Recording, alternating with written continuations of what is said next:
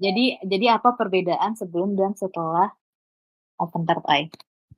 Sebelum open third eye, permasalahan yang di-notice itu di susah bicara atau kendala-kendala berbicara gitu.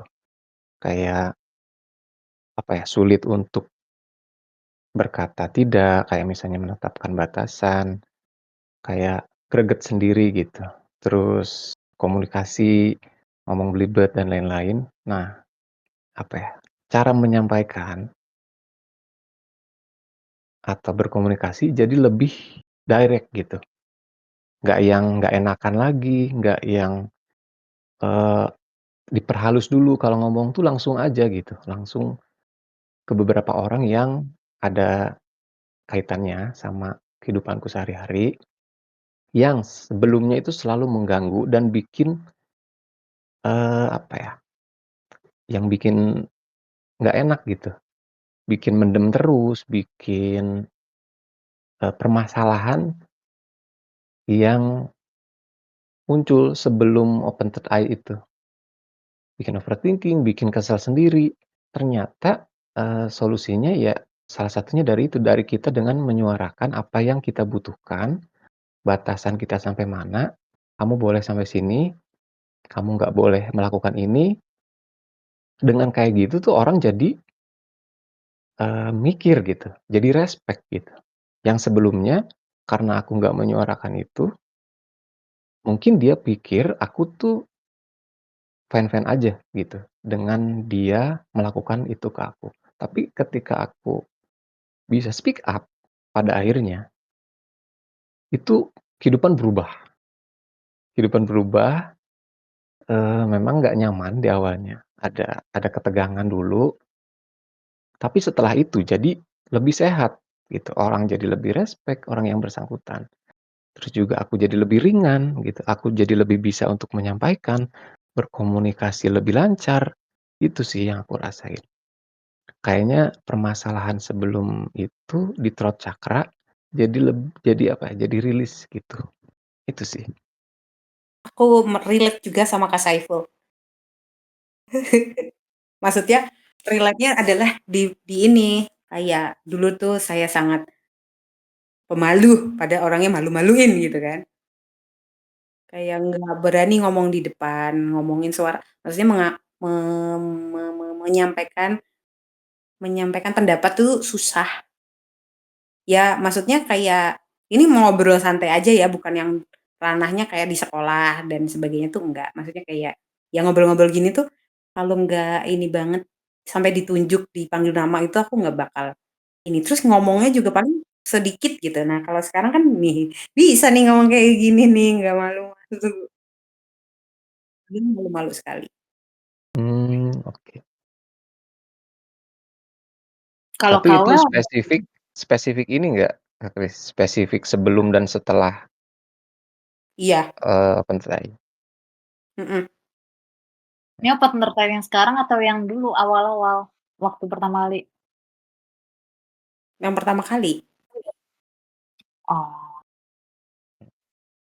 Kayak masih ragu, tahu nggak sih yang kayak ragu-ragu? Dulu tuh banget ragu-ragunya yang kayak, "Aku nanti ngomong salah nggak ya? Kalau nanti ini nggak ya, di-judge nggak ya?" Terus nanti sesudah itu ya udah ngomong nih, udah ngomong tuh kayak, "Aduh aku tadi ngomongnya salah nggak ya?"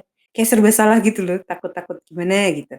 Padahal mah ya udah, orang juga nggak mempermasalahkan itu sebenarnya, Mmm, tapi udah overthinking aja, gitu-gitu sih. Kalau Kawel gimana? kalau aku ya jujur, kalau dulu sebelum pembukaan Third Eye, aku ngerasa aku kalau misalkan lagi jalani atau lagi pelajari spiritual, apalagi yang pas mengalami spiritual awakening itu, aku ngerasa aku kayaknya sadarnya lebih lambat. Belajarnya tuh bener-bener dari pengalaman yang menurut aku tuh lumayan pahit sih, gitu. Tapi kalau misalkan setelah sudah, apa namanya, sudah terainya sudah dibuka, kayak ngerasa ada energi block yang ke ini sih, yang kayak apa ya bilangnya, kayak apa ya bilangnya ya, kayak ada energi block yang ke, Kebuka? kebuka kali ya bilangnya, ya mungkin. Thank you Kak Saiful. Ya, kayak kebuka, jadi kayak bisa lebih cepat sadar, oh ini masalahnya tuh di sini. Terus kayak, lebih tahu sih kayak untuk mencari pembelajarannya atau kayak solusinya atau kayak gimana. Nah, kalau buat aku sih ya, perbedaan yang paling jelas itu sebelum dibuka tuh ego aku tuh kalau melihat sesuatu tuh sangat tinggi, Kak. Nah, itu aku harus jujur. Tapi setelah dibuka aku kayak ngerasa, oh ternyata masih banyak, apa ya, kayak perspektif dari pihak-pihak lain yang perlu aku lihat, yang perlu aku pelajari. Jadi kalau yang aku rasain ini juga sih. Sama juga dengan ekspresi yang tadi yang Bang Saiful bilang, lebih berani mengungkapkan apa yang mau aku ngomong sih ke orang lain gitu. Gitu sih. Berarti berarti berarti itu setelah ini, setelah yang di OTE, open sama Rex? Iya, heeh, aku harus jujur memang setelah belajar sama Kak Risa, lebih banyak dan lebih cepat yang bisa aku sadari sih, Kak Anita, gitu. Lebih ngaruh mana ketika setelah di open terkait secara energi atau ketika lagi ngobrol konsultasi coaching biasa? Kalau aku bilang barengan nggak sih, Kak? Justru karena sudah terbuka, kita bertanya terus, makanya kita bisa tahu. Tapi yang open, yang terakhir itu pasti membantu, pasti membantu. Nggak tahu ya, nggak tahu kalau misalnya menurut aku kayaknya kenapa ketawa? Enggak ini. Karena pas Kak Anita bilang kayak gitu, sejujurnya aku bisa nge-relate juga Kak Anita. Cuma kalau dari perbedaan yang memang aku bisa lihat tuh, aku ngerasa kalau sebelum buka terakhir itu, kalau aku mau menyadari suatu pembelajaran itu lambat banget. Terus pengalamannya tuh pasti yang kayak bener-bener dihancurkan, yang bener-bener yang pahit, ya bener-bener yang buat ego aku tuh harus kayak hancur dulu kayak gitu. Tapi kalau udah setelah terbuka itu, bisa juga sih ada hal-hal yang buat ego aku tuh hancur, tapi bisa lebih menerima lah gitu loh, bisa lebih sadar menerima, "Oh jadi ini tuh pelajaran tuh kayak gini," gitu-gitu. Jadi aku percaya sih, lebih lancar lah prosesnya, gitu. Tadi aku mau bilang kayak aku tuh sebenarnya antara percaya nggak percaya dengan energi cakra kayak gini loh. Apa Kayak sih? cuma kan emang kan maksudnya kayak semuanya tuh berkaitan gitu, mind, body, soul. Jadi kayak ketika ada pertukaran informasi pun kayak belajar gitu, coaching atau mentoring. Ya, benar-benar. Itu ya, itu pasti juga mengasah pikiran gitu. Sedangkan itu juga berkaitan True. sama energi di dalam diri, energi tubuh. Dan makanya nggak tahu ya, mungkin nggak tahu aku kalau aku kan nggak apa nggak ngerasa, maksudnya kayak nggak ngerasa perbedaannya gitu. Dari awal ikutan OTE pun juga tujuannya emang mau tahu ini tuh sebenarnya apa Bener. sih caranya tuh gimana sih, sistemnya tuh kayak gimana, kenapa, cakra mata ketiga, cakra acena ini tuh sangat-sangat powerful dan harus dibuka gitu. Dan emang rasanya kayak gimana ketika dibuka dan sebelum gitu.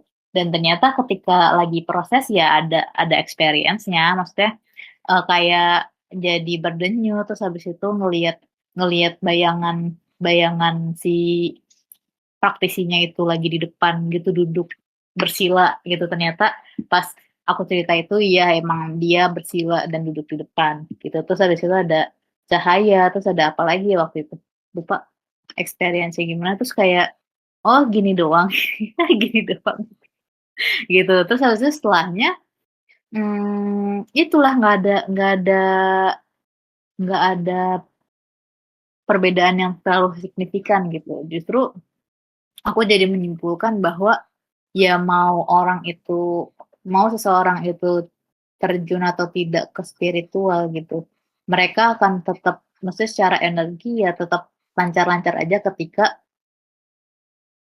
mereka tahu kapan harus jalan, kapan harus berhenti. Kak Anita, Apa? tadi pas Tadi pas Kak Anita jelasin kayak gitu, tiba-tiba Mhm, dalam pikiranku tuh kayak muncul satu pertanyaan yang harus aku tanya ke Kak Anita. Nah, boleh. sebelum OTI dan sesudah OTI, pikiran Heeh. mana yang lebih sempit? Ayo. Sama aja, karena di dalam posisi ketemu sama si Mas Aga ini kan aku udah banyak bertanya dan aku sudah banyak mencari gitu. Aku sudah, eee, dari 2023 kan, dari 2023 bahkan aku mencari, ini, tentang meditasi itu kayak gimana dan Mmm, mhm.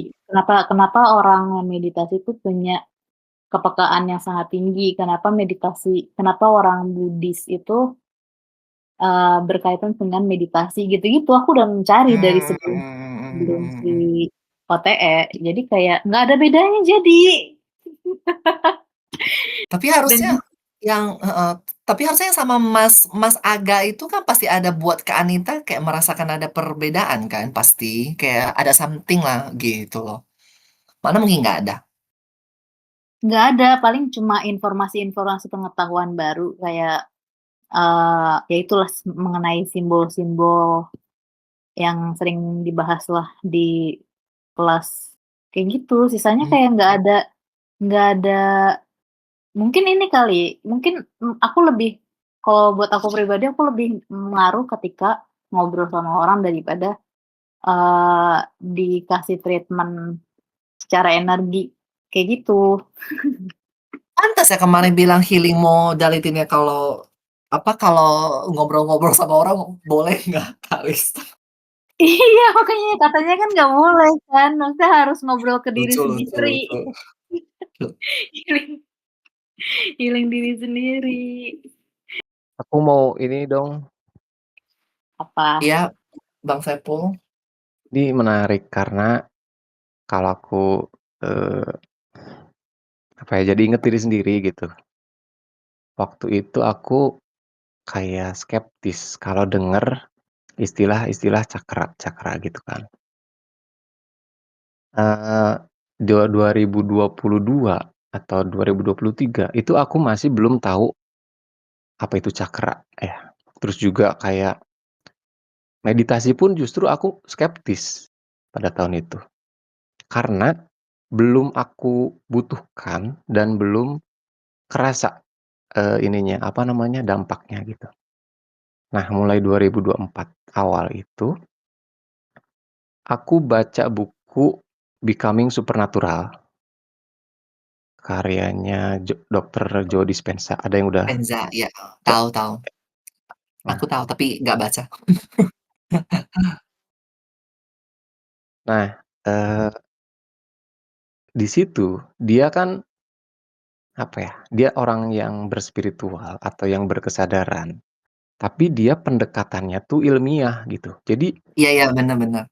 cara menyampaikan dia, cakra-cakra itu, dia nggak bilang cakra gitu, tapi lebih ke kayak solar plexus, terus juga istilah-istilah medis lah gitu bahasanya. Jadi bagiku yang skeptis sebelumnya, itu mudah untuk nangkep gitu, oh oke ini bagian tubuh kita tuh, organ tubuh kita tuh ini, fungsinya ini. Nah, cara dia membawakan di buku itu masuk di akal aku gitu. Jadi itu jalan pertama masuk, cakra-cakraan ke aku ya. Bahkan setelah itu pun ketika aku, eee, nemu rekomendasi di YouTube tentang cakra-cakraan, aku skip gitu. Aku nggak mau pokoknya yang bahasa-bahasa cakra-cakraan gitu, nggak mau. Aku, lebih seneng yang, apa ya, yang logika, yang ada ilmiahnya gitu. Nah, aku lebih seneng kayak gitu. Karena aku tuh sangat tidak spiritual sebelumnya orangnya. Justru mungkin sekarang pun aku masih kayak, kayaknya gue nggak berspiritual gitu orangnya gitu. Gua itu masuk ke sini tuh hanya karena pengen healing aja, hanya pengen, Mmm, apa ya, memperbaiki apa yang dialami di kehidupan gitu. Jadi, benefit-nya apa nih buat gua gitu, gua melakukan ini tuh buat apa gitu. Jadi nggak yang mencari-cari spiritual, tapi, eee, untuk kebutuhan pada saat itu di kehidupanku gitu. Nah, pas aku ikuti kan ada bonus, meditasinya ya, audionya. Terus aku ikutin lah.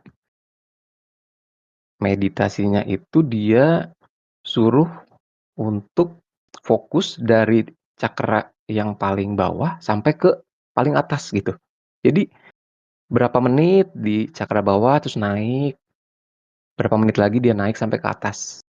Aku nggak tahu itu meditasi apa gitu, tapi aku ikutin gitu. Aku ikutin kalau dia bahasanya itu di setiap cakra itu dia suruh untuk membayangkan sebuah ruang hampa. Jadi meluas di bagian cakra-cakra yang difokuskan gitu. Jadi fokusnya di situ naik satu, fokus lagi naik satu sampai ke atas. Nah setelah aku, makin ke sini aku pelajari, ternyata itu tuh meditasi open third eye yang aku Oh, lakukan pada saat itu tuh. Tapi mmm. secara aku nggak sadar dan aku ikutinnya berdasarkan ilmiah aja gitu.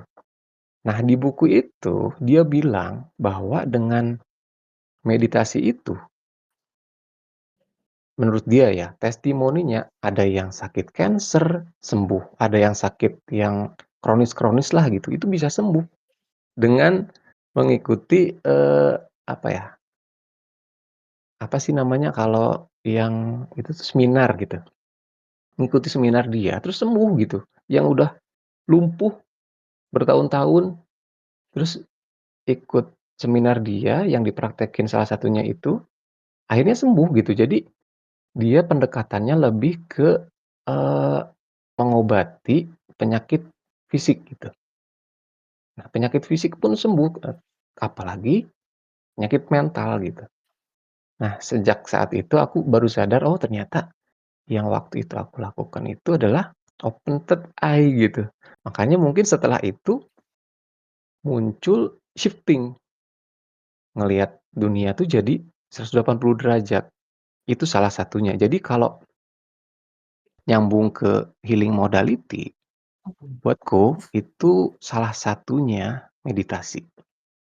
Meditasi bukan meditasi guided ya, tapi meditasi guided juga itu life changing buat aku gitu. Jadi kalau ditanya healing modality, di aku itu banyak dan nggak bisa berdiri sendiri. Jadi harus saling, apa ya, saling Connect, berbarengan gitu, saling mhm, connect. Jadi kalau mau aku, eee, apa ya, simpulkan, rangkum, simpulkan heeh, gitu, kan. healing modality-ku itu, awalnya dari journaling dulu. Karena di Oh, kepalaku nih kan gitu. penuh nih, kebingungan, terus juga keresahan, overthinking, kekacauan, perasaan, itu menumpuk semua di kepalaku nih. Nah, aku nggak bisa mikir kalau semua numpuk di kepala. Jadi aku tumpahkan itu ke buku, ke dalam tulisan, ke dalam notes di HP. Yang pertama yang aku rasain, itu setengahnya tuh berkurang. Yang tadinya tegang, yang tadinya kerasa penuh di kepala itu jadi ringan, pertama itu. Jadi nggak ada struktur ya, journaling biasa aja gitu. Apa yang dirasa, apa yang dipertanyakan, apa yang ditakutkan, ditulis semua tanpa struktur, itu bikin aku lebih ringan.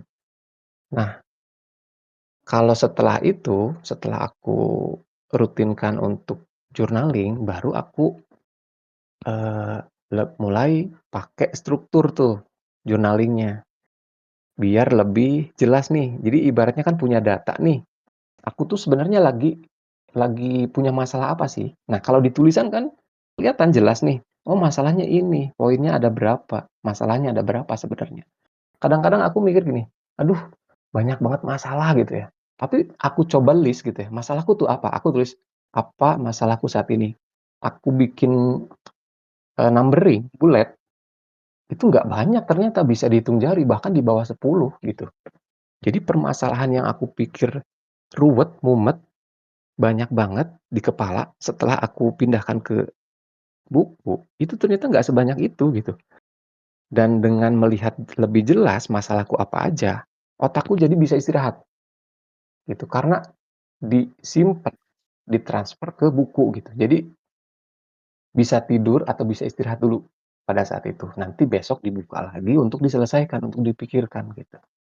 Nah, mulailah belajar CBT atau Cognitive Behavioral Therapy. Nah, disitulah healing modality yang selanjutnya yang buat aku itu bermanfaat ya, yang bikin shifting juga gitu. Dari yang tadinya aku tuh suka berpikiran negatif, jadi kayak habis ini apa ya yang akan terjadi? Nanti kalau gini gimana? Nanti kalau gitu gimana? Gitu. Pikiran-pikiran negatif itu selalu muncul gitu.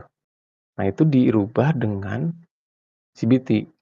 Nah, kalau di journaling ini bisa disambungkan ke mana-mana, bisa ke CBT iya, bisa selanjutnya ditindaklanjuti ke inner child healing iya, bisa ke shadow work juga iya gitu. Jadi ada banyak rangkaian healing yang aku lakukan gitu.